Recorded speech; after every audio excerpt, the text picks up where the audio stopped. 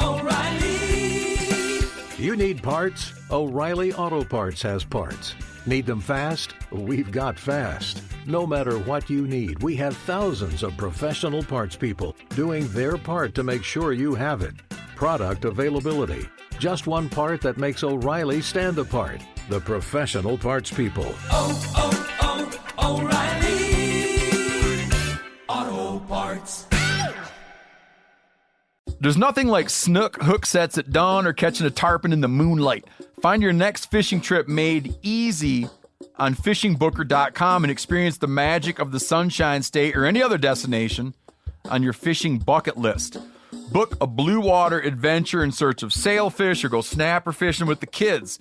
With over 6,000 captains and trips to choose from, planning your next one just got a whole lot easier. Download the Fishing Booker app on the Google Play or App Store, or visit them online at fishingbooker.com to book your trip today. As you know, the Meat Eater Live Tour is on April 23rd through May 5th. Chances are in a town near you. What you may not know is you can win tickets to each of these events just by going to a backcountry hunters and anglers pint night.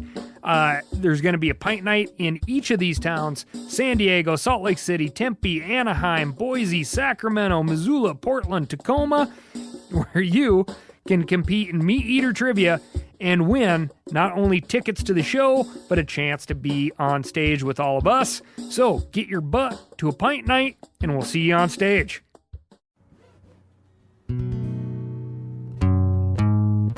Clean your gun and tune your bow. We're the Hunting Collective Show, calling hunters new and old. The Hunting Collective Show. Working pick and shovel or working pen in hand, we congregate now as lovers of the land.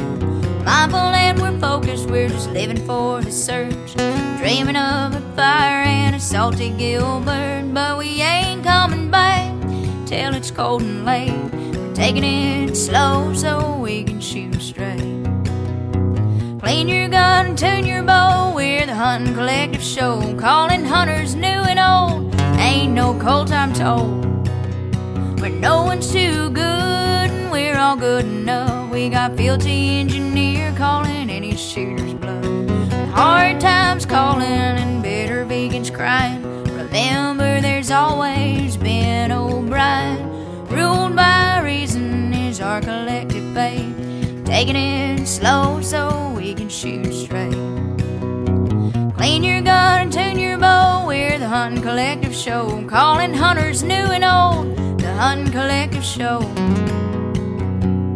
where facts are facts and opinions are subjective. You're listening now to the Hunting Collective. Hey everybody, welcome to the last episode, the final episode, never going to be heard or seen again. Phil, the engineer, and Benjamin Patrick O'Brien. Phil, how are you, sir? I'm doing great. I'm refreshed after our weekend. Yeah, we had quite the adventure. Mm-hmm. Turkey hunting in May in Montana requires lots of naps and there's little sleep. We went through several, I'll say, days and nights where we went to bed at 11 and got up at 3:30? Yes. So it leaves you a little loopy. It leaves you a little strung out. Yeah. Well, it's not just the couple hours of sleep. It's then the 12 hours of hiking that happen in the days after that. Yes. Yes. It's 13, 14, 15-hour days. Rolling around, trying to find turkeys, finding turkeys, doing the dance. Everything we love about hunting. We've been doing it this week, and it's been awesome. Even though Phil and I do this show together, we haven't really spent that much time together. You don't really spend that much time together with anybody outside of your family, your close friends. Mm-hmm. That much time. 12, 13, like I said, pretty much an entire day going through the ups and downs. And so it's been fun, man. It's been fun getting to know you. And as I'll say, as you'll hear a lot in this podcast, Phil came out strong. I tried my best. I knew what we were doing out there, making a good podcast, and this was my first hunt. I wanted to I didn't want to slack. Yes. No. You did not slack. Good. I was very impressed. After all the talk about what would happen, I was very impressed. But I also was impressed by, obviously weeks ago, roughly a month ago, we announced the end of the show. And over time, a lot of great commentary has trickled in. And we've been thankful for that. We've been thankful that our final show can be Phil's first hunt. It means a lot to me and means a lot to a lot of people. But last week, I threw up a post on Instagram just to thank everybody. And I think that reinvigorated the commentary around the end of the show. And I was very appreciative of all the well wishes and very appreciative of everyone that, spent all this time with us over the last 3 years and roughly 4 months. Long time in my life and an important time in my life. So we're going to read a couple of important emails of people that wrote in with best wishes and thank yous. And then we're going to get to part 2 of Phil's first hunt. So we got a good ending for you. I think you'll like what we have in store. But before we get to that, Costa Fote, Dr. Gus. Now, Dr. Gus has written in a bunch of times, but he wrote a great email to see us out. And he's a doctor, so smart man. Dr. Gus said, first of all, happy Mother's Day to your wives and your mothers. I hope you all had a great time with family today. As I sit here and eagerly await the conclusion of Phil's first hunt, I wanted to express my sincere appreciation to both of you for the last couple of years on the THC podcast. By now, I am sure you have both received tons of emails and DMs, but I had to write you before the finale to share what this podcast and this cult has meant to me. I'm a vascular surgeon in Houston, Texas, which means I don't have a lot of time in the outdoors. A vascular surgeon, Phil. Wow. This is the upper crust. Yeah. We're talking about. Attracting the best here. Dr. Gus. Trying to manage a busy practice and a family I adore leaves little time for me to pursue my passion of hunting. In fact, before I listened to your podcast, I really didn't know that hunting is conservation. I had no idea what the Pittman-Robertson Act was, or how serious CWD is, public land access, hunt recruitment, or the pillars of the North American model of conservation. I joined BHA and TRCP and donated to the RMEF because of THC. I didn't know who Valerius Geist or Shane Mahoney were and how vital they are to preserving our hunting traditions. I didn't know that just a few hours away from me out in the Big Empty, as he describes it, lives a poet, cowboy, and trapper, Wyman Menzer, who takes the most breathtaking pictures of the Texas plains. I didn't know Charles Rodney, an African-American man who grew up in Jim Crow, Louisiana, hunts rabbits with hounds in Maryland. Hearing his story of how he grew up in segregated rural Louisiana had a profound effect on me. What an amazing man. I didn't know who Colonel Tom Kelly was and that there are people who are more crazy about turkeys than deer. I even bought the 10th Legion because of you and read it twice during turkey season, but sadly I have yet to go on a turkey hunt. I didn't know Canadian bear biologists could be so damn sensitive. Every Tuesday morning when I walk out my door, I make sure the latest episode is downloaded so I can listen to it on my drive to work and back home. I called it Tuesdays with THC. Oh, that's nice, Phil. Tuesdays with THC. Yeah, why didn't you think of that? I didn't think. That was great. It was my hour and a half of outdoor education. To me, it was a time where I could escape the rigors of my job and all the stressors that come with life and learn about fellowship and humanity and the appreciation of this beautiful world we live in, no matter how ugly society gets. To me, the podcast was my virtual bar where we can congregate once a week and hear stories and different perspectives. It was fun and beautiful, and I am so sad to see it go.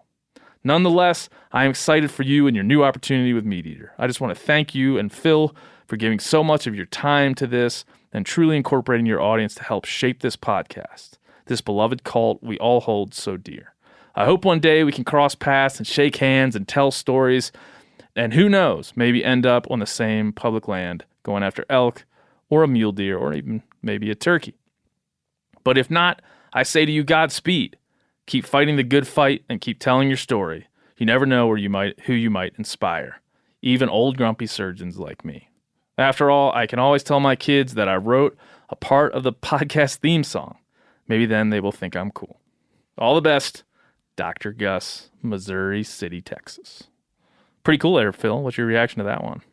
Yeah, that's great. We spent some time talking about just people's reactions to the end of the show.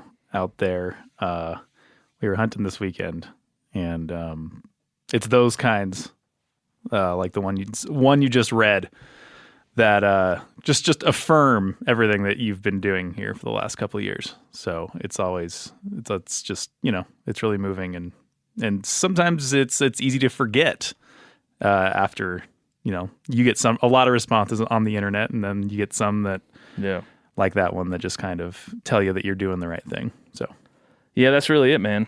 It's emails like that have made this show worth doing, and we'll keep it going. It's folks like Dr. Gus and everybody that has joined our cult over this time.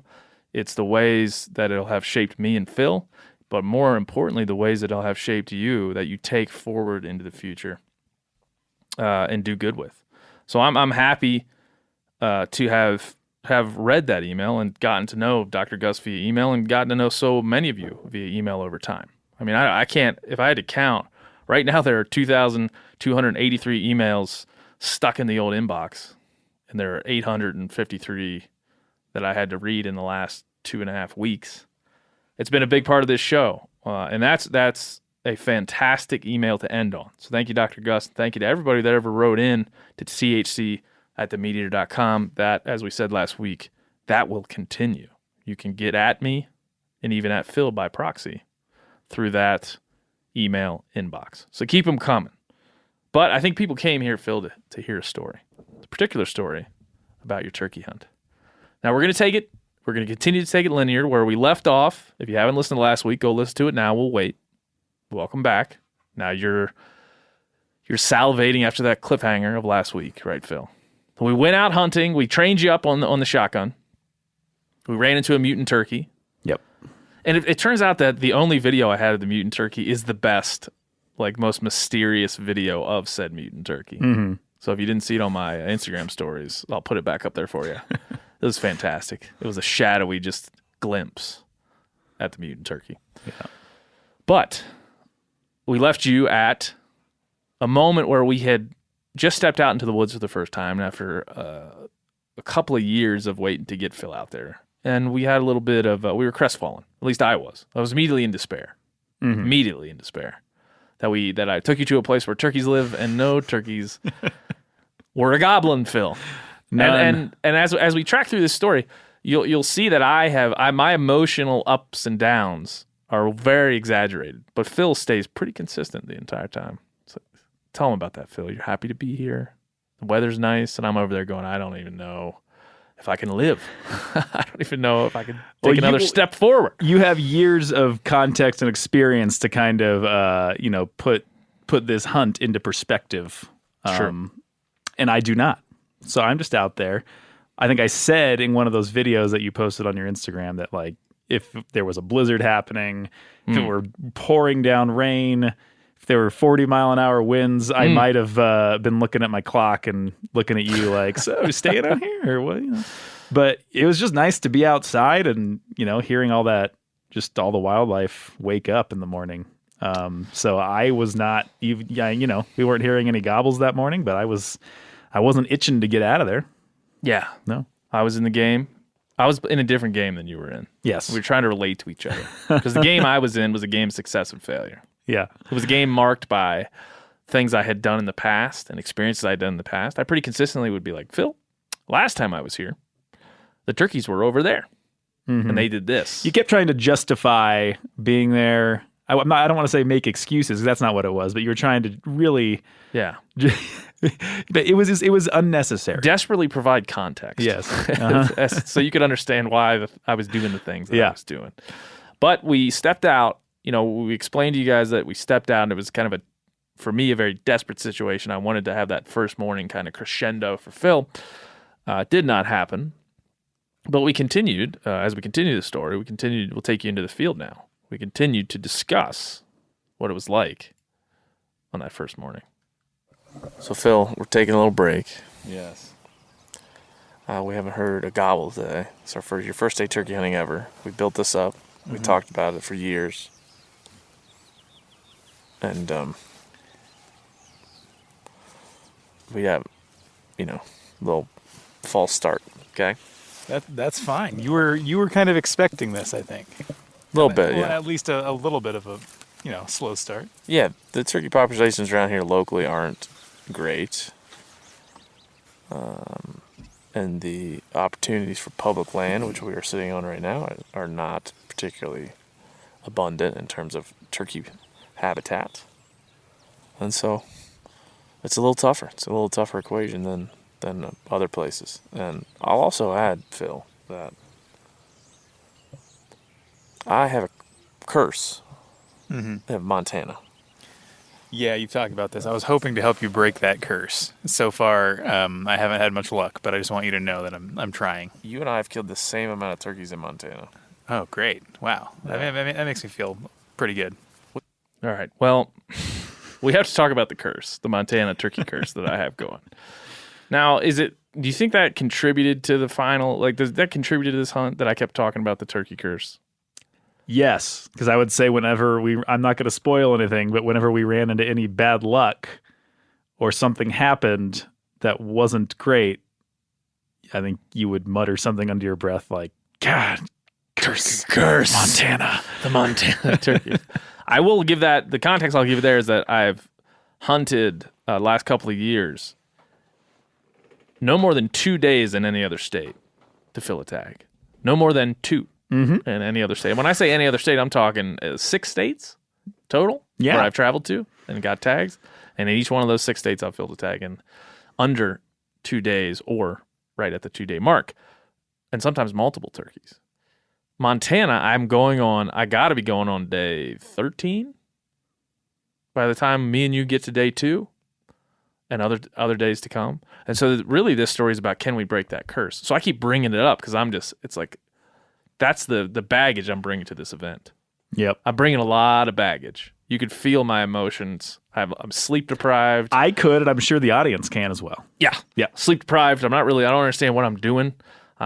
Even in that audio from the field there, you can hear that we're just both like, I'm just like, I'm so tired. Mm-hmm. And so at this point, I'm just trying to keep it going. I'm trying to keep pushing forward and be positive. But the emotional strain is clearly taking its toll. Heading into morning number 2.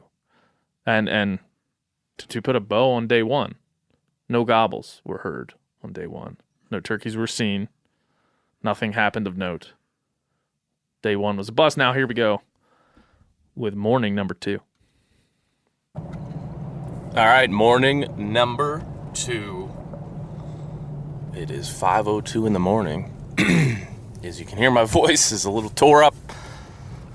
Up late with the kiddos, up early with Phil the engineer, pulling into the parking lot here, where we'll hike out of to meet old Phil. He's on time. Phil's an on-time turkey hunter, which I appreciate. And we'll see how he's doing this morning. One of the secrets of turkey hunting is every time you hear a train, we can't figure out if it's a train. Is it a train horn? What do you call that? A train whistle? I think we decided that choo-choo is a bad idea. Yeah, listen for the choo-choos. It's technically a whistle. It's technically a whistle, okay. Technically, the train whistle, if hunting near train tracks, you really got to key in on that train whistle. Important. Musings. But this is day 2, and Phil has yet to hear a gobble in the wild. Other than some nuclear turkey in somebody's front yard. We need to at least hear one. That's it. Just hear one. That's all. All right. We just heard our first gobble ever in Phil's first turkey hunt. How's that feel? It feels pretty good. The descriptive skills of Phil the engineer, the emotional depth is on full display right now. So we're set up in a little blind that I made with my son, and yeah, we're feeling it now. These birds are just about where I thought they would be. They're right tucked up on the river. It sounds like. Last time we were here, we didn't hear a gobble, so it's good to hear them on the roost gobbling. Now we got to make the decision to stay here or do what I've done in the past and bomb right up to the private fence there. See what we get. We'll keep listening. See, I have a hard time judging distance because this is new to me. How far away do you think that gobble was? Well, that rooster is right behind us. Yes. That gobble, a quarter of a mile, not far from us. I only know where. Oh, there's another one back further in the river. Oh, that's gonna be hard not to go over there. That's back where I thought they would probably be. Let's keep listening. Okay, Phil. You remember what it was like just to hear those first distant gobbles? In this case, a couple distant gobbles, but one pretty close. There was one where I was like, "Oh, it's happening." Yeah.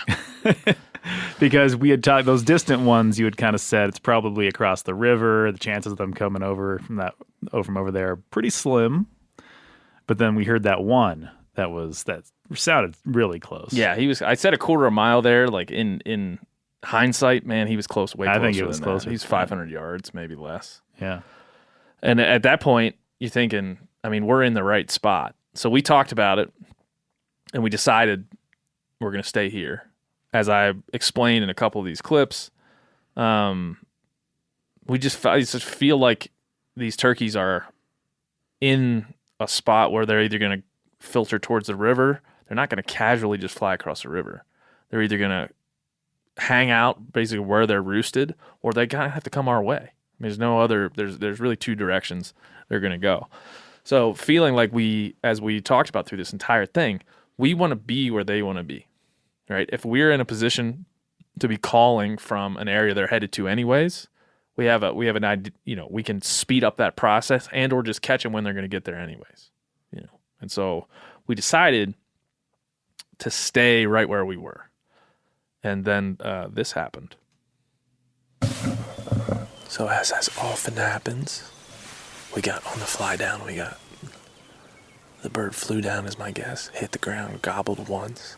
Sounded like he flew down closer to us, and then went quiet. So I kind of predicted that. I think a little bit. Yeah, we haven't heard a gobble in several minutes now. So basically, Phil, we're gonna sit here and wait. We got no other options. We'll sit here and wait, and just be ready because turkey's coming in quiet. They got great eyesight. They're gonna come in looking. We'll just hope that when he gets in tight, I'll hit him, just hit him with a call. If he's tight, and he'll kind of shot gobble at us or really be fired up when he's in tight.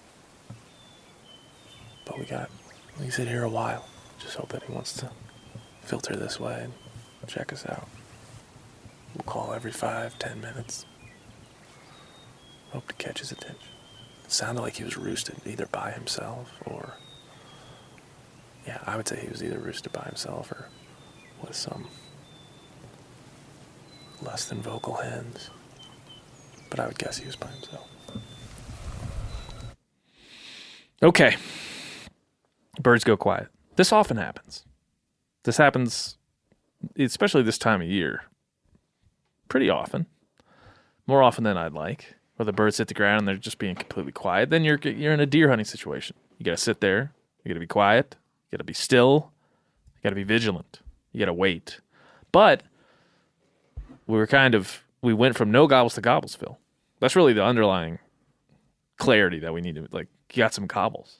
And that when that bird hit the ground, the gobble was close. Mm-hmm.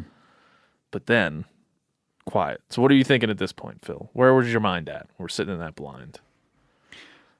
I'm trying to remember. I honestly think I was starting to lose hope at this point. You're finally on my level. You're finally on my level. Uh-huh. Okay, well, it's hard to say. It's hard to understand kind of like the ups and downs of things like this because as we talk about later in the story, everything in hunting is fiction. The story you've drawn up in your head is fiction until it becomes fact. Right? It's like I drew up a story that like this turkey flies down, he's by himself. I don't know if he's by himself or not. He could be with 18 other turkeys.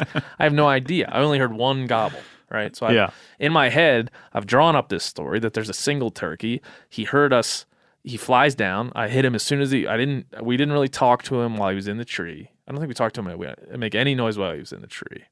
But as soon as he hit the ground, I started calling, hoping that that would draw him our way and hoping he wanted to come our way anyways. And I made up this story that it was just one turkey and he wanted to come over. We just had to sit and wait for him. And so I'd made up this, what essentially is a fiction about this story. And I think that's what all hunters do. Especially what all turkey hunters do. You make up a thing. You say, like, this is based on my experience. This is going to happen. It's like setting out a strategy, and then the actions have to marry up the strategy until, in case you want to change that strategy, then you got to change your actions. Does that all make sense, Phil? Yeah. Was always rationalizing these things in my head. You have to. You have to. Oh, yeah. Otherwise, you just, as I often do, feel like an idiot. So we're sitting here. We haven't heard a gobble since fly down. It's now 7:30. 7:40, so it's been, an hour and so, over an hour and 50 minutes, almost 2 hours now. And we're talking about what goes through your mind at times like this. When you know there's turkeys around. So there's a few things we know, Phil. Mm-hmm. We know that there's turkeys around, right? At least a couple. We heard several gobbles coming from different places. Within 500 yards of our location, there was plenty of turkeys to wander through this meadow that we're sitting in. So we know that there's turkeys, right? We also know that they're not making any noise.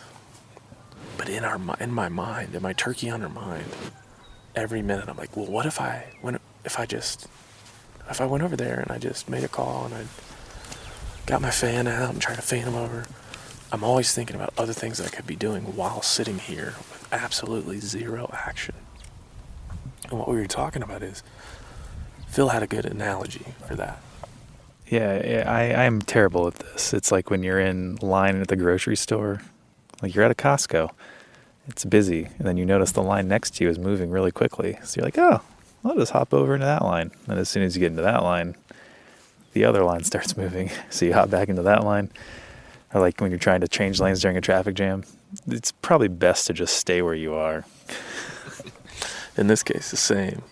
But this podcast now that we're actually out here hunting is really going to be about. I like where we're at, Phil, because I think it's emblematic of a lot of turkey hunts. It's not emblematic of all of them, because sometimes you sit down and you call, and one comes in and you shoot it, and it's like, whoa, that's easy. Mm-hmm. But to most turkey hunters, like, this is a huge part of the game where you're unsuccessful, and sometimes it seems really hopeless. Like, there's not, like today, the sun is about to come out from behind a cloud. It's 50 degrees, maybe 48 to 50 degrees. It's first day of May. It's like there should be some things happen. We've heard every other type of bird that you can think of. And it might seem hopeless for turkeys, but it's just never hopeless. So it all turns in like a moment. It takes one weird moment. Like I was telling you, this year in Texas, we were sitting in a spot like this. I told the story in the podcast. And then all of a sudden there was a turkey there and I shot it. And it was like, it felt really good to be able to pay off that patience. And I hate to be hyperbolic, but it's kind of a nice life lesson. Always trying to find life lessons in the woods, Phil. Now we're back to the present time. Yes. And you couldn't tell by the sound quality. Sound quality. Yeah, it's the only way to track two people in different, jumping through time. I can make it sound like we're still outside and just try to trick them. I'll go. Don't put any gobbles in. Okay. They'll know. They'll know It's not real. As you can tell, let me just say this. If we had been in turkeys this whole time, we would have never had these back and forth, these rationalizations, this back and forth. Like, what is turkey hunting? What are we learning? Why are we here? What's life about? We would not. We'd have been talking about how to coax these silent toms, or in this case, non-silent toms over. But here we are. So we ride. We're going to show you the truth no matter what. And we got to transition now to the next day, because on that day, we didn't have any action. We sat there for a while and no gobbles. So we went, we kind of went back through where the one was roosted, did a little calling, nothing, not a gobble. We didn't hear a distant gobble after the fly down. We didn't hear, we were in a spot where we could have heard gobbles from just about any direction. But after that initial fly down, I think the turkey that we were hoping to kill flew down, hit the ground, gobbled once, and the seconds after his feet touched the ground, and then silent. And every other turkey, to the credit of the one we thought we might kill, was silent as well. We didn't hear another gobble at all. And so that's part of the game. As we said, it's part of the game. But now we gotta get to the next day. All right, so now we made a big change. We've hit our local spots. We had to still manage our families and work, but we decided to pack up our camp gear and go to a spot where that is famous for guys killing turkeys, especially people that work at Meat Eater. Yes. My curse is now on the day like 15, and we're looking to go to a spot where we can be sure that there's more turkeys than there were in the places we were hunting prior. Okay, so that's what we were doing. It's about a 4-hour drive from Bozeman. We're going to camp overnight, and we're going to spend a couple of days trying to kill turkeys. Right? We're going to keep going. Now, the only limiting factor for Phil and I is that we have families, and that we have jobs, and that we have real lives. We can't just be out there for days upon days upon days. But we can be out there for these 2 very important days that we were out chasing turkeys. I say they're important because we're in a good spot. We had good weather the first day, and I was very excited. We got there late. We couldn't find any birds on the roost. We went to bed, Phil, about 11:30. It was crawled close, into a tent. Yeah, close to midnight. Yeah, it doesn't get dark. Fly-ups not till after 9:30 or so. We get back to camp. We crawl in our tents. I don't think you slept much, did you, buddy? It was a cold night. It was cold. There was no cloud coverage. I was fully dressed in a sleeping bag, and my zipper got stuck when I went to bed. I was like, it'll be fine. So my zipper was only kind of like half zipped up my sleeping bag. Not a sponsor. No, I'm not going to mention the brand, but they're not a sponsor. I wake up about 1 o'clock, and just cold air just sneaking into my sleeping bag. I got probably like 2.5 hours of sleep, maybe. Yeah, we got up at 3:30. Alarm hit 3:30. The idea was we had to drive a little bit of ways, but this is a roost tree where I had been during the aforementioned First Light Turkey Tour. We had gotten on birds there, not been successful, but I knew, I had been there twice, and birds were roosting in the same ridge both times I'd been there. And so I made the calculation that we're going to go to this spot because at least I know we have a real good chance of having birds roosted on this ridge. We're going to hit it. We're going to hit it early. We're going to get in there with plenty of time to kind of explore the space and be in the right spot for fly down. I'm excited at this point. I'm sleep deprived. You were very excited. I'm back home on the horse. I'm like, this is it, man. We have 2 days to get it done, and then it's going to be tough after that. These 2 days that we were investing before this podcast aired was really the time we had. The pressure was on. We needed to get a turkey for Phil, or I specifically would look like a fool.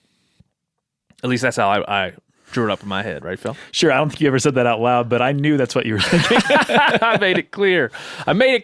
So we're both like, I got out of my sleeping bag. I slept in my hunting clothes. I got my boots on. I didn't even bother to do any, really any hygiene work.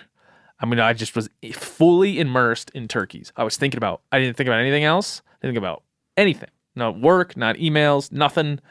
I, thought about my family a little bit, but then it was like full on to turkeys. Fully just thinking about turkeys. There was nothing else but like, where are the turkeys? How am I going to find the turkeys? If the turkeys come in, what are we going to do? Trying to plan out the days in my head. It was very exciting and important to me, Phil. Where were your head at? Because I was in the turkey. I love it for that reason. Well, we're not going to say where, obviously. I was in a part of the state I'd never been before. I was just like happy to be there. It was more beautiful than I thought it was going to be, seeing all this new country. I don't own a truck, and you do. So we were on all these roads that I never would have been able to drive on, and just getting out into the backcountry, and it was just fun being out there. And I could tell you were vibrating. You were on a different plane. You were leading the charge quickly on these trails, and I had to kind of keep it up to stay on your tail there. I had to. You were putting me into gear, and I was there for it. You were there for it. Sure. Yeah. You were there for it. Sometimes when you get, it's just a mode that you get in the woods where you're not even thinking about, and it's probably not a great thing to not have empathy for the person behind you, or like, you're just like, I got to get over there. Yeah. And if you can't keep up, I'll stop maybe. Yeah, maybe. But I'm definitely going to go hard. We had a little bit of a walk in the morning. We had a drive in the morning, but we made it happen, man. My Onyx really wasn't downloading the way I wanted it to, so I didn't know where the roads were. It's pitch dark. It's a while since I've been there. We made it in, parked the truck, got out, hiked. We had probably about a mile to hike in. We got there, perfect timing. I mean, perfect timing. We were there about 20 minutes before what I would say is fly down. We had plenty of time to hear a gobble, to sneak in, to set up the decoys, and to make love to the turkeys and get them to come over. It was perfect, and it was kind of like a very invigorating moment for me, reinvigorating. And so we'll take you there. Okay, Phil, we've now traveled very far to find turkeys. What do you think? Well, so far, I mean, listen, I said it last time. I'll say it again. The weather's nice. We haven't had, to this point, we haven't really had any scenario where I would say we've had any, what someone called luck. But we're in another spot, where I've roosted turkeys where I know they're at, or they've been at in the last month or so. So we haven't heard them gobble yet, but we got plenty of time. We're in here kind of perfectly in the morning, good time frames. We're going to do some hiking, see what we can find. We didn't find anything, did we, Phil? You're just cutting right to the chase there. Right to the chase. Nope. Nothing. Frustration is the name of the game. Yep. We didn't find anything. Nothing. Let me just say. Nary a gobble. No, I'm going to ask you something. Would you say my spirits were... Quiet, Phil. I'm upset. Would you say, throughout these 2 days, would you say my spirits... Oh, I'm not going to say high, but would you say that they were like moderate to good enough? No, you were there, man. Okay, good. Because I just want to... Because... I just want to... We drove a ways. We drove a ways. To a place that I heard not just from you, but from multiple people at this company. I mean, just turkeys. You're going to find turkeys. Turkeys everywhere. And so when we were hiking through these woods in the dark, and I had gotten no sleep, and I was tripping over all these rocks following you, I was thinking, this is great because it doesn't matter. We're gonna get them. I'm gonna hear. If I don't get them today, that's fine. But I'm gonna hear turkeys. Yeah. I'm going to hear some turkeys. Yeah. I might even see some turkeys. Yeah. I might even call some turkeys in. Yep. That didn't happen. Nope. Nope. So, yeah. I mean, I've been out there when turkeys got shot in pretty much the exact same spot we were in. Mm-hmm. And we walked past spots where I know turkeys have died this season. We walked past waypoints I had given other people that work here, and they had killed turkeys in the spots that I had given them. Well, that was your first mistake right there. Well, but maybe. But you want to spread the love. And we had some friends. I had some friends from Texas in camp. They also heard no gobbles. And so it just seemed like things were off. Again, let's be honest again. It was a nice morning. Oh, yeah. Great. A beautiful morning, as you said in that clip. Yeah, I mean, I just want to say if anyone's podcast needs a meteorologist, I'm here. Phil's here. I'll pop up to say, hey, weather's speaker. pretty good. Or I'll say, yeah, weather could be better. Motivational speaker, meteorologist. Yeah. Both. But we continued on, and there was some, as I said, frustration. Okay, Phil, here we are in roughly the third or fourth spot I've taken you to where I've said all the things a turkey hunter might say to convince you that it's going to work out, and there's turkeys, and that we're going to get into them, and it's going to be fun. And it's not happened. It's not even close thus far. What do you got to say to the people out there? Well, I mean, it has been fun. I'll say that. It's we've been getting some hiking miles in. There's nary a cloud in the sky around here. There we go. And it's gonna happen, Ben. It's gonna happen. I'm keeping my head up. Hi. We got to persevere in these cases. It just takes one moment, one gobble, 1 second. You got one shot. You only got one shot, one opportunity. Mom's spaghetti. Something about mom's spaghetti. Yeah. All right, we're back to present day. Enough of that shit. Like at this point, you'll see, you'll understand that I was like getting a little loopy. Yeah, this is when the muttering about a curse was happening. Loopy. Yeah. Sleep deprived. No, nothing's going right. It's a story marked by failure.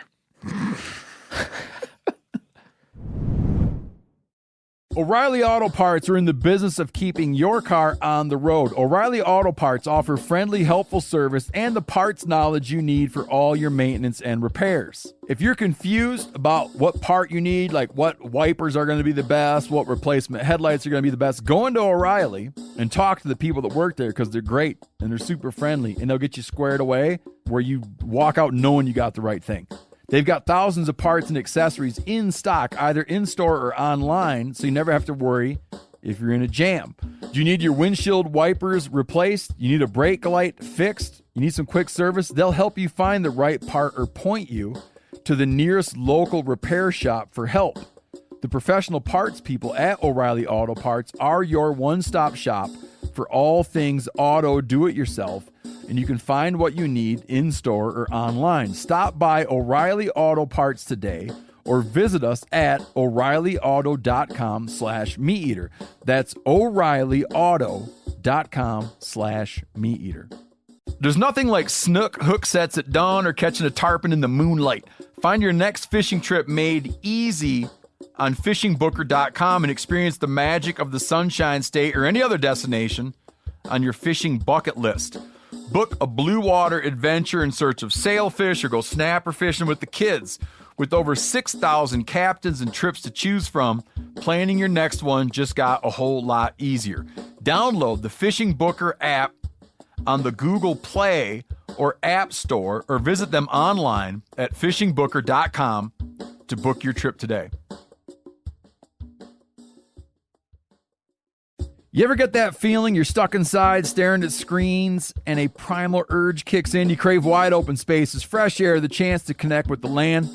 Well, maybe it's time to find your own piece of the wild, but searching for property can be a maze. That's where Land.com comes in. They got millions of listings across the country, from mountain ranches to hidden fishing holes. Their search tools are like a seasoned guide helping you narrow down what you want. Land.com isn't just about buying and selling. It's about finding a place to hunt, fish, explore, or simply sit by a campfire and listen to the crickets. So head over to Land.com today to turn one day into today. Because trust me, there's nothing quite like the feeling of standing on your own piece of earth. Okay, so next we hit another spot. Okay, we did a little hiking. Now it's roughly 8:30, 9 o'clock. And we decide to hit another spot where I know there are turkeys, have been seen in the past, heard in the past, a similar spot.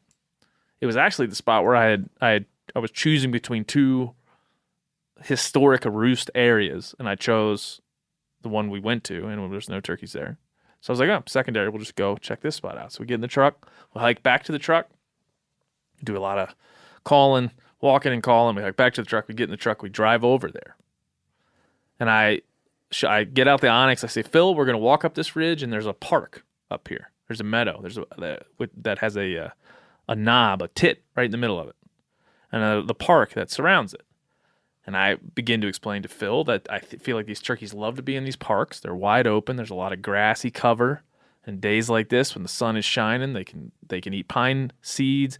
They can eat like grasshoppers or other bugs that they just do their thing, and they love to kind of be on the edges of these big ponderosa pine ridges that are kind of flat, that have flat parks. So I explained that to Phil. I said, we're going up this ridge. We'll call till we get there, and then we'll see if there's any turkeys that want to play. And so we get to hiking, Phil, and we hike up, and we get right to the lip of the ridge where the park begins. The flatness starts to gradiate, flatten out. And I'm looking, and I see a stick. And this stick looks like a turkey's face. And you know how turkeys... Weird. Yeah, weird. You know how turkeys normally do, where they're like moving around, right? They're bobbing their heads. They're thinking about shit. They're pecking. They're doing their thing. This turkey was completely still. You know, spoiler alert, it was a fucking turkey. Oh, yeah, okay. You just get I gave it away. I was going to say, it was a turkey. You mean stick. It was a turkey. It was a turkey. And this turkey... I mean, this turkey was like, what, 10 feet away? I was 10 yards away. Okay. It was, I'm right fairly there. certain it was a Jake, just by the way its head looked, but it was a Tom. It was a male turkey, one we would have shot if we'd had a chance. I mean, we had called. We're 10 yards away from this turkey. We had just called like 20 yards before that. And nothing. There Yep. So we you were like, go. okay, let's just keep trucking. So I was like, Phil, get down.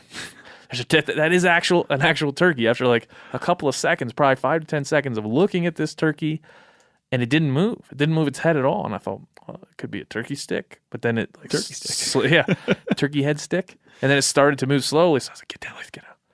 And so we crawled up this little ridge, and we poke our heads up. We crawl up behind a tree. We get set up. I thought, well, maybe this jaker will filter down into this depression, and he'll calm down because he's clearly seen us or he knows something's up, and then he'll come. We'll call him back in. So we set up. We start to call. Nothing. That Jake is gone. But in the distance, Phil, what happens? Well, as you were calling, trying to get this turkey we just saw back in, we heard. Was it our first gobbles? It was one of our first gobbles on the ground. We're now on day 4, I believe. It's like one of our first gobbles on the actual ground. Yeah. And it's in the distance. It's a ways away. Yes. But immediately I was like, Phil, I was like, I showed him the onyx. I said, I know where this turkey is. Like when I'm looking at this park, it's got this knob in the middle, and then on the I guess the south side of the knob, we're on the northwest side. On the south side of the knob, it's going to be out of the wind. At this point, the wind's kind of kicking up. I know where these turkeys probably are. Let's just go chase a gobble. For once in our damn lives, let's go chase a gobble. And chase a gobble we did, and we got a couple of responses. And we ended up actually hunting. Yeah. Wow. There was some tracking happening. We were on birds. On birds. That's what you say, right? Yeah, we're now on birds. On some birds. For the first time. Yes. In many hours. Okay, Phil. Like I have that face mask on. I put it on as quickly as I could, and So Phil forgot his head net that I gave him. And I gave him my first light gator, my neck gator. And he put it on. I'm looking at you. You kind of look like, you look a little bit like a pilgrim. Well, here's the thing. This was right after you had seen that turkey from 10 yards away.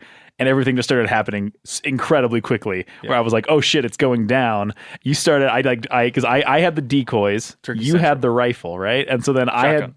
I had shotgun. I had to carefully put the decoys down without making any noise. I had just unzipped my coat, and it was like just kind of flailing in the wind because it was getting hot. And you're like, yeah, it's fine. So I put down the decoys. I'm trying to zip up my coat so I'm more covered in camo. And then you were tossing me a gator. I didn't know how I was supposed to put it on. So I thought it was supposed to go over my head as well as cover my. It was. I thought it was more like a balaclava, but no, it was just a neck gator. You know how in E.T. has the hood, he's peeking his little face out of the hoodie when he's riding the bike. That's what it looked like. It was like just that. So you know, just like that. So then we went back to Phil describing what's happening. Back to the Future. clearly I did not do it correctly. Okay, we just had a little jaker right out here. Probably spooked him. We were walking up into this park, but we got a gobbler probably, I'd say about 300 yards away. He gobbled 3 times. And then he's kind of shut up, but it is windy. So Phil, should we go over there and potentially bump him or stay here, hold tight and see if he'll come across this park and come see us. You're asking me? Yeah, I'm asking you. Based on your experience thus far. There's no wrong answer. Based on my experience, I say we go up there. Damn right, Phil. You damn right, Phil. So, at this point, we're in the game finally. We're about to go try to kill this turkey. So we hoof it over there. We get up on a knob, call. We get up on top of the tit that's in the middle of the park just to see. I love to have turkeys in this country, especially these piney ridges, come up to you. You always want to be above them when you're calling to them. This is a better way to go, in my experience. So we get above them. We're calling. They're responding. Like we got, I don't know, 4 or 5, half a dozen responses from this bird or these birds. Mm-hmm. So I'm thinking, man, if they'll keep gobbling, at least we're in the game. It wasn't, I told you they were kind of courtesy gobbles is the way I explained them to you. Like, this is not, I'm coming. Like, let's have a conversation. This is like, I hear you, but I'm going to stay in my zone here. This is not an interaction where I'm excited about you. Yeah. This is a courteous thing. I hear you over there. So we kept going. But at this point, like, it's the wind kicks up.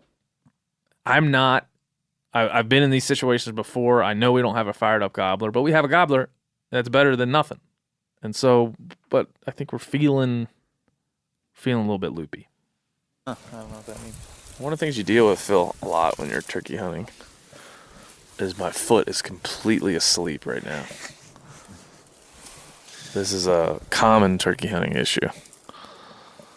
They call it turkey foot. Okay. Well, I can't say I'm having the same problem. I got these new Schnee's Beartooth OGs. Just got a lot of circulation coming through. Like they call them OGs. OGs. It means 0 G's. No, it's OGs. 0 grams. You can't name a shoe 0G and expect people not to call it OGs. Yeah. Well, thanks for laughing at my dad joke. Should I call them OTGs? OTGs. I think 0 G's. But you do what you got to do. All right, here we go. 0 G's sounds like they'll make me float. That's true, yeah. Which, at this point, would be preferable to walking. So here. We're silly bitches. At this point, we're feeling a little loopy. We decide we got to keep on trucking and get over to these turkeys because they're basically every gobble that we get is either in the same spot or a little bit further away, it seems. Yeah. They were moving. It was getting further away. Yeah. As I said, these are courtesy gobbles. And so we're going to cut the distance. And we decide, after understanding that we're in a place where you explain where we think there's a lot of turkeys, as has been described to me, there might be a turkey down every road or every 2-track. I know other places where we've seen and heard turkeys in the past. So I just want to, given that we don't have a lot of time, I want to kind of are these turkeys going to commit? I'm not going to spend all day on these things. Then we're going to do the best that we can. And so we go at them. A lot of crow calls, a lot of hard yelps, a few cuts, big time clucks. We're going to cover this country, get tight, see what happens. Okay, Phil. Yes. We're back in the truck. Feels good. I didn't have any water. It's probably stupid, but now I have water. It is noon. We've been hunting. I think we hit the woods at about 4:45 in the a.m. It's noon. 5 hours of sleep. Oh, you got 5? Good for you. Yep, about 5. And we started out with no gobbles this morning in a spot that I've roosted birds in the past. Hit a second spot where we have been into birds in the past, and there was turkeys in there. Spooked a Jake, and then proceeded to spook 4 times. That's right. We talked about your spiral and how you get into this pit of despair. You sound like you're there now, but I don't know. I just saw some turkeys, so I'm not too disappointed. They were big. That last time was big. Yeah, he was a big, beautiful white tips. No, I'm spiraling right now. When you get in a situation like that and you screw it up, or you make a decision that results in spooking turkeys, I think those are the first turkeys I've spooked this whole year. Well, here's the thing. I'm gonna look on the bright side here. We needed to eat. We're both getting kind of tired, and so we made a play. and I think it's I don't know, maybe not a win-win, but Sandwich win. we needed to get back to the truck anyway, and you know, now we know where there are some turkeys. I don't think this is a bad deal. No, and the decision I made was basically, listen, you know, we gotta cover country. We gotta find birds that are workable, that are responding, that are fired up, that'll come to the call. You know, we gotta. Yeah, these ones are slippery for sure. Yeah, we gotta find birds. These birds, I think, had been hunted quite a lot, and to that end, weren't really. They would give us a courtesy gobble when we got tight, and they felt they needed to, but they really just weren't gonna play. They weren't gonna come to the decoys. They weren't gonna really get fired up and come see us. So I figured, well, we're either gonna spook them. I'm not gonna sit here for 4 hours and waste really the only full day of hunting we have on a set of turkeys that are, you know, marginal at best in terms of my prediction that they'll come within range. So that's the decision we made, and boy, did it work out the way I thought it would. All right. Well, we're back in the present, and as I play that back in my mind, I feel the same way. I feel like, fuck this. I really do. It was a struggle. For anybody who's ever built something up in your head and had it go the opposite of the way that you thought, we kept running into situations that just didn't feel like we were on the right track.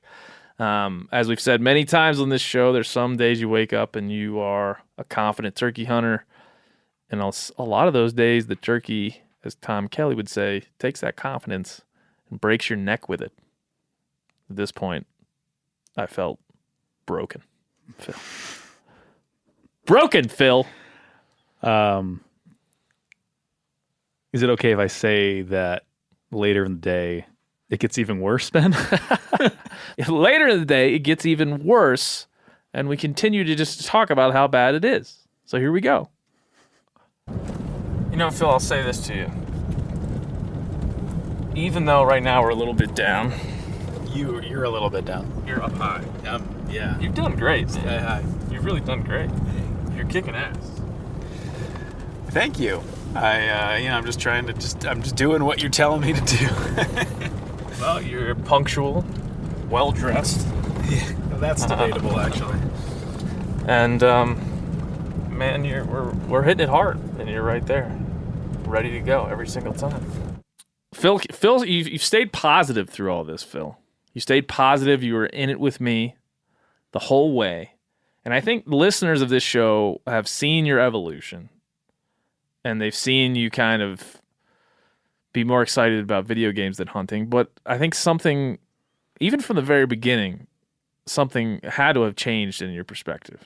Like, you had to have started to, like, really understand the game of hunting. It felt like you were gradually understanding the game. Yeah, I'd say there were two specific moments that happened on this hunt where I understood it more.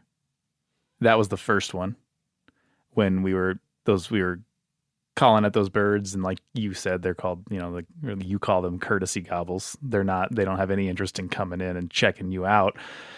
They're just kind of, like, I hear you, I'm going to go over here now. Have a lovely day. And when I don't think we talked about exactly what happened when we saw those toms. We had been calling them, the gobbles kind of stopped, and we were like, okay, well, let's just go down and see if we can see them. We were walking along the trail, and you caught them out of like the corner of your eye to the left, probably like 75 yards away, and you turned. I saw you like do your freeze face at me, and we turned to the left, and they had seen us and just booked it away. And in my mind, I was like, oh, great, turkey's over there. But my first thought was, let's go get them. And you were like, that can't happen right now. I'm sorry to disappoint you, but we have to leave. which I didn't really understand. But of course, if you're a wild animal and you see something foreign and possibly aggressive, you're going to run away and be on edge. Yeah. And it's going to be hard to to get them. Yeah, to me, this is like just a complete and utter despair moment because, as I said, spooking turkeys is something that haunts me every time it happens, and it gets in my psyche and it stays in there. But in this case, it was windy. The birds were not gobbling very much, other than our courtesy gobbles, and we just needed to go find them, and we needed to see if we could get in tight and make them work. But we got in tight, and they just gave us the slip. And the crazy part is that as they were running away, I look and I see this giant. I see two times go up the hill, then another, then the fourth one, and I'm talking probably a 4-year-old bird, huge beard, just the beautiful white tips, big old red head, just kind of like the turkey that you would want anyone to get. We're not trophy hunting here. We'll take a Jake, but this is a big old mature tom, and he was with 3 other mature toms. And so we went around. We went to the next spot where I said, "Hey Phil, this is a spot where I've heard turkeys before. I've seen them before. Let's go there. We'll spend the midday kind of just hiking around." We had some lunch, took like a 30-minute nap, and then headed We're down working to a on, new spot. A 15-hour day here. I'm like, let's just take it. Let's grab a 10-minute power nap and a sandwich, and we go right back at it. We get back at it. I take Phil to the spot. We start driving through this meadow where we're going to park and walk on a road and kind of call down in these 2 different ravines. It's like you can't really call them a drainage, but it just kind of cuts where turkeys like to hang out of the wind. It's now pretty windy. We start driving up this park to get to where we're going to stop and do some calling. And there, right by the road, is a pile of fresh feathers from that morning. Someone had shot a turkey there that day, that morning. And so yet again, it's like, wow, okay, all right. That's another sign. It's not a great thing. Keep on keeping on. We go. We don't hear a gobble. And then we move. Well, then we start to strategize. And it's this point that Phil starts to get in the strategy with me. Like we're talking, we're having a conversation where it's not just me saying, we'll go over here. Why? It's Phil starting to have ideas about where we ought to go. Well, I just knew that the clock was ticking. We had the rest of the afternoon and then just a few hours in the morning before I had to head home. Yep. So you were kind of toying with the idea of going back to the area that we went to in the my time. The time is just gone in my head. The very first area we went that morning. Yeah. You're like, I'm thinking about going back there. We'll scope it out again. Or you were thinking about one more new area. And in my head, I was just like, I think we should go back to the place where we saw the turkeys. Because still in my head, I'm like, that's the only place we know there are turkeys. Yep. And we don't have a lot of time left. Yeah. And you knew that they were slippery, they were wily, they were not responding. Your theory was that they had been pressured throughout the season. They were big birds. They'd been around a while. They probably knew kind of what was up, and they did not want to play ball. But I still was just fixated on going back there. Yeah, we had 2 other groups of hunters with us that were in camp that were running around. None of them heard any gobbles. Nope. None of them saw turkeys. And so I'm sitting there thinking, this is the only turkeys that roughly 7 hunters that I know of that are running around here have seen or heard. And we've been going around. Between all of us, we had gone to all over the place around here. We've cut every creek. We've called up every creek that we can think of. And so at this point, it's just not working out for anybody, let alone us. And we got one spot with turkeys. And listen, I've killed hard turkeys before, and I've been able to make it work. So we're just going to try to make it work. And we just going to have to be aggressive. It's just because of the time. We don't have time to pop up a blind and sit in it all day and wait for these call shy, educated, as we call it in turkey hunting, birds to come and decide that they're going to play. So here we are.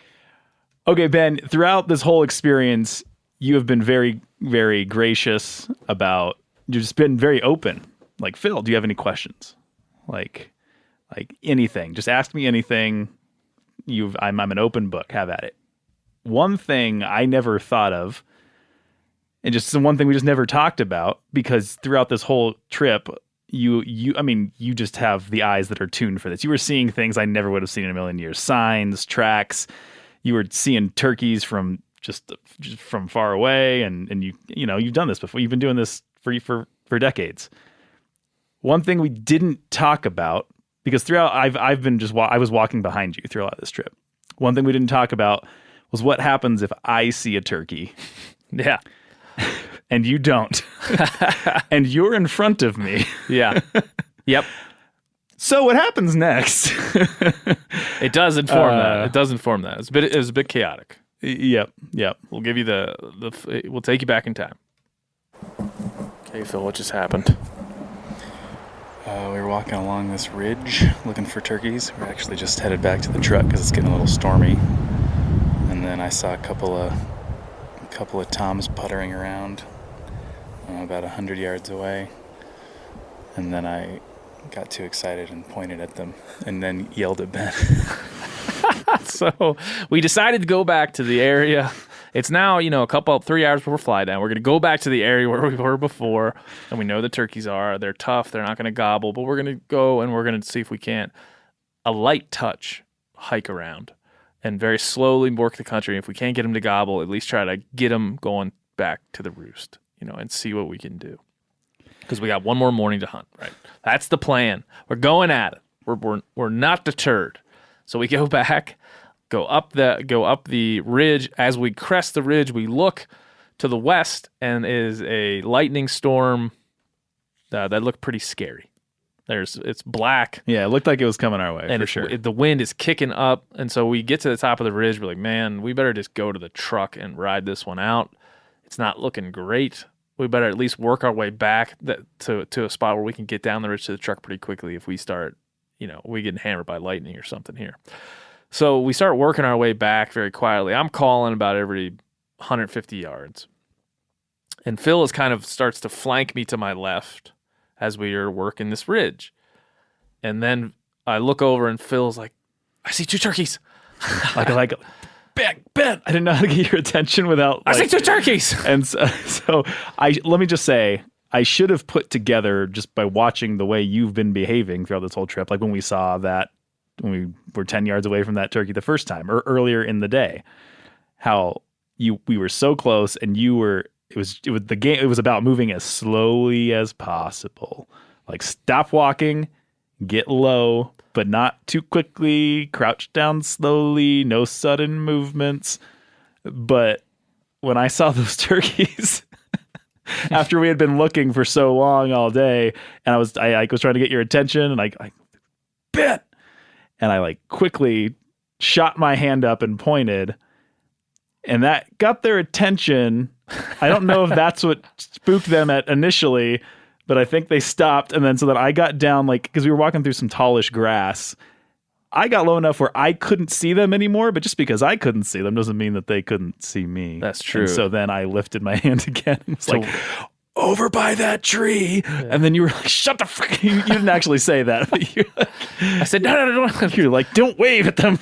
Yeah, I actually smacked Phil's hand out of the air. Yeah, and I think you can hear it in my voice in that last audio clip. That's when I was down in the same pit that Ben had been in a few times. Because I was walking around like, I'm messing this up. And Phil's walking around like, I'm happy to be here. And then he got, once we got to a point where, I might have messed something up, we're both kind of able to commiserate in the messing up.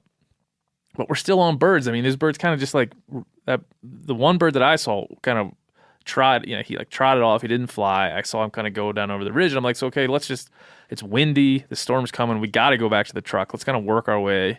I'm just depressed, but I'm like, let's work our way and just see if he's going to run down in there. He's going to roost somewhere. We're an hour and a half before fly up. He's going to go down that hill and find some place to roost. These turkeys want to be in here. I mean, we're 100 yards away from where we saw the first turkey earlier in the day. So this is a place where these turkeys want to be. We have royally fucked this up, but we're going to stay on it because we're here to roost turkeys. We still do that. We bumped them down the hill. They're fully educated to our presence at this point, and to probably every hunter and every call. So we just got to play the game that way. And then we started working down the ridge a little further, and this happened. All right, we've now spooked that same turkey 4 different times in one day, within about 1,000 yards of each time. Phil, when we're making the podcast, put yakety sax in the background of this. Yeah. Because that's what it's kind of like. like. Just a time lapse of us running in circles. Yeah, basically.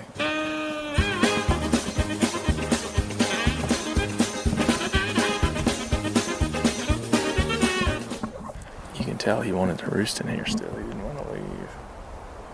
I mean, these turkeys are so educated that it's, like I said, it's, you hunt turkeys like this and there's just, you got to be delicate now that we've educated them. They'll forget. They're not going to go very far. They'll be over there roosted. We might hear them in the morning on the roost. But we haven't really got a whole lot of choice. We got to dance with the ones that bird in the hand. I don't know. Yet? Bird in the hand. I'd like Don't bite the hand that took you to the dance. That's a good analogy, Phil. Well done. So at this point, you can hear it's windy. It's just, that storm is still rolling in. it's still rolling in. We spooked this bird. Now this bird actually flew down the hill. So this was, 5 minutes after we spooked those three. We were like, oh, shit, well, let's keep going. And then there was one turkey. It was just a single tom left. I mean, that was a gorgeous bird. Yeah, he was the same one, the same one we were describing earlier. It's the same turkey. We spooked him again. He flew this time. Yep. Down the hill he went. And again, I'm calling 50, 60 yards from him. And then we crest a ridge, and there he is. And I could have, if I had a shotgun in my hand, I could have probably took a running shot at him, which I never would have done. But he was that close. Mm-hmm. Like, these birds were locked down, and it was just, to hunt a silent bird in this way in wind like this, you just got to get so damn lucky to see them before they see you. And we just didn't. We just didn't. But the storm moved through, and we started to, we worked our way down the ridge, and we sat on this ridge. And it was a beautiful evening. The storm moved to the north of us. It was like a very unique orange light, kind of like working its way through the trees as the sun was going down. The clouds have now moved past. The wind is a little calmer.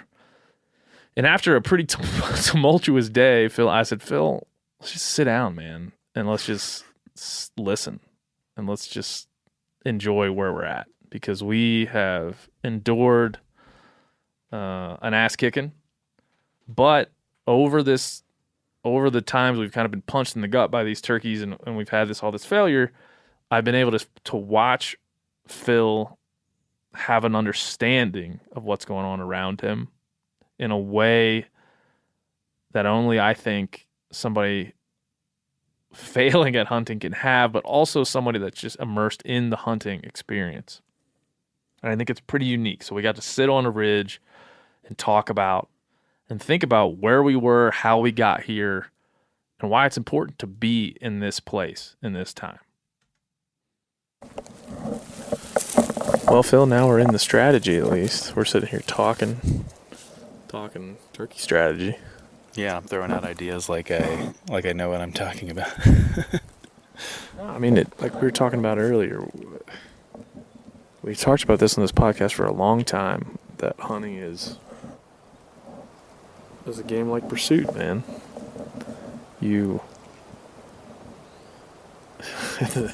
other than the heroes and villains, possibly, this is a strategy game. This is a game of cause and effect.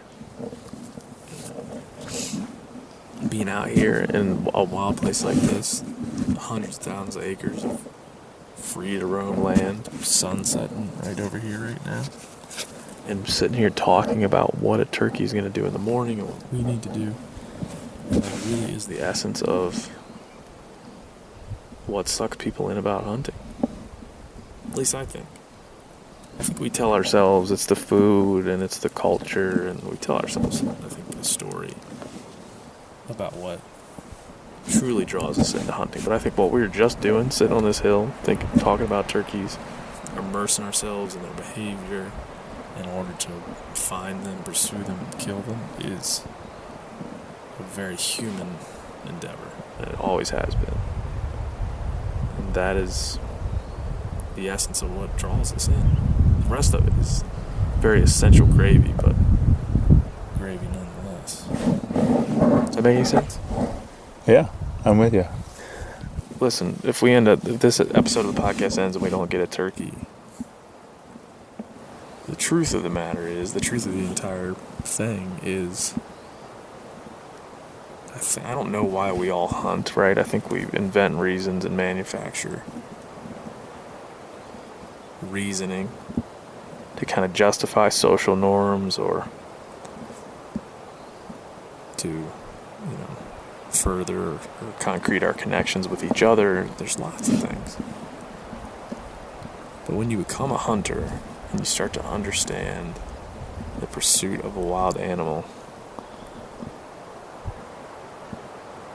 I think you understand something pretty raw about what we are,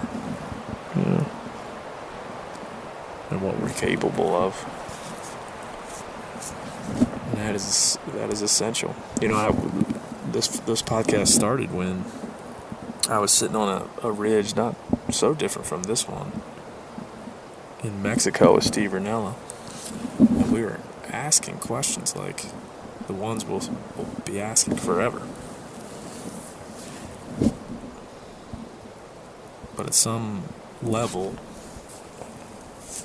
what Phil's learning right now and what I know to be true is that there is a primordial draw to this chase, to this pursuit. And there's human frailty, there's so many emotions baked into it, ego.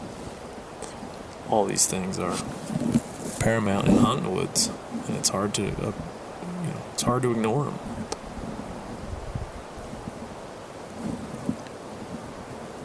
But the ups and downs of hunting are like nothing else that I've experienced outside of my children.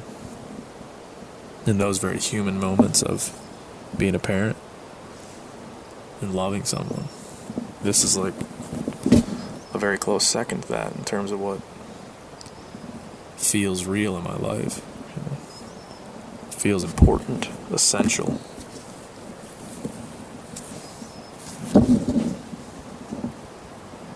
And if you can share that with someone, even the little parts of it, even like little shadowy corners of it, can find some light for someone else. And then one day they can put that whole package together in a holistic way for themselves. That feels pretty good.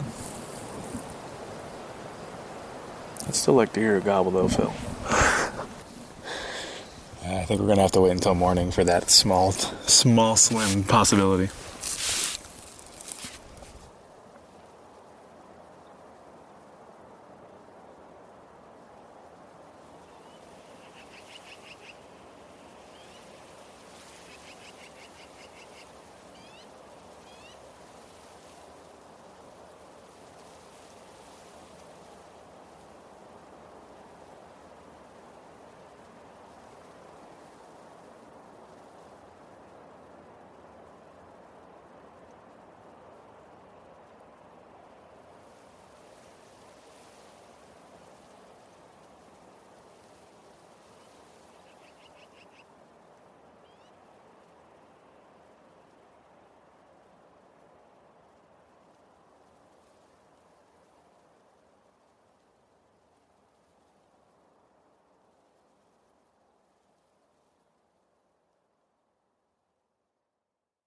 As you know, the Meat Eater live tour is on April 23rd through May 5th. Chances are in a town near you. What you may not know is you can win tickets to each of these events just by going to a backcountry hunters and anglers pint night. There's going to be a pint night in each of these towns: San Diego, Salt Lake City, Tempe, Anaheim, Boise, Sacramento, Missoula, Portland, Tacoma, where you can compete in Meat Eater trivia and win not only tickets to the show, but a chance to be on stage with all of us. So get your butt to a pint night, and we'll see you on stage.